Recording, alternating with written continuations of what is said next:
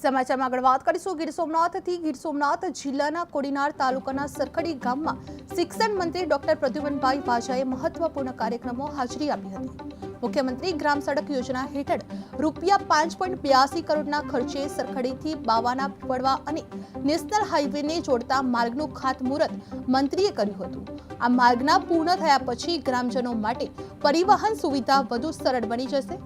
તેમજ મંત્રીએ પોતાના પૈતૃક ઘરમાં નિર્મિત માયાભાઈ માસ્ટર લાઇબ્રેરીનું લોકાર્પણ કરવામાં આવ્યું હતું, જેમાં હાલમાં 700 થી 800 પુસ્તકો ઉપલબ્ધ છે।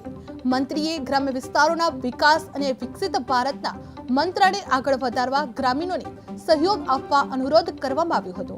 કાર્યક્રમમાં પૂર્વ સાંસદ, સરપંચો, ગ્રામજનો અને મંત્રીના પરિવારના સભ્યો ખાસ ઉપસ્થિત રહ્યા હતા, જે સરખડી બાવાના પીપળવા માર્ગ ખાતમુહૂર્ત કરવામાં આવ્યું હતું। રૂપિયા 5.82 કરોડના ખર્ચે માર્ગનો વિકાસ કરવામાં આવ્યો હતો, જેમાં મંત્રીએ પોતાના ઘરમાં લાઇબ્રેરીનું લોકાર્પણ કરવામાં આવ્યું હતું, જેમાં ગ્રામજનો માટે પરિવહન સુવિધા હવે સુગમ બનશે, જેમાં લાઇબ્રેરીમાં 700 થી 800 પુસ્તકો જોવા મળશે।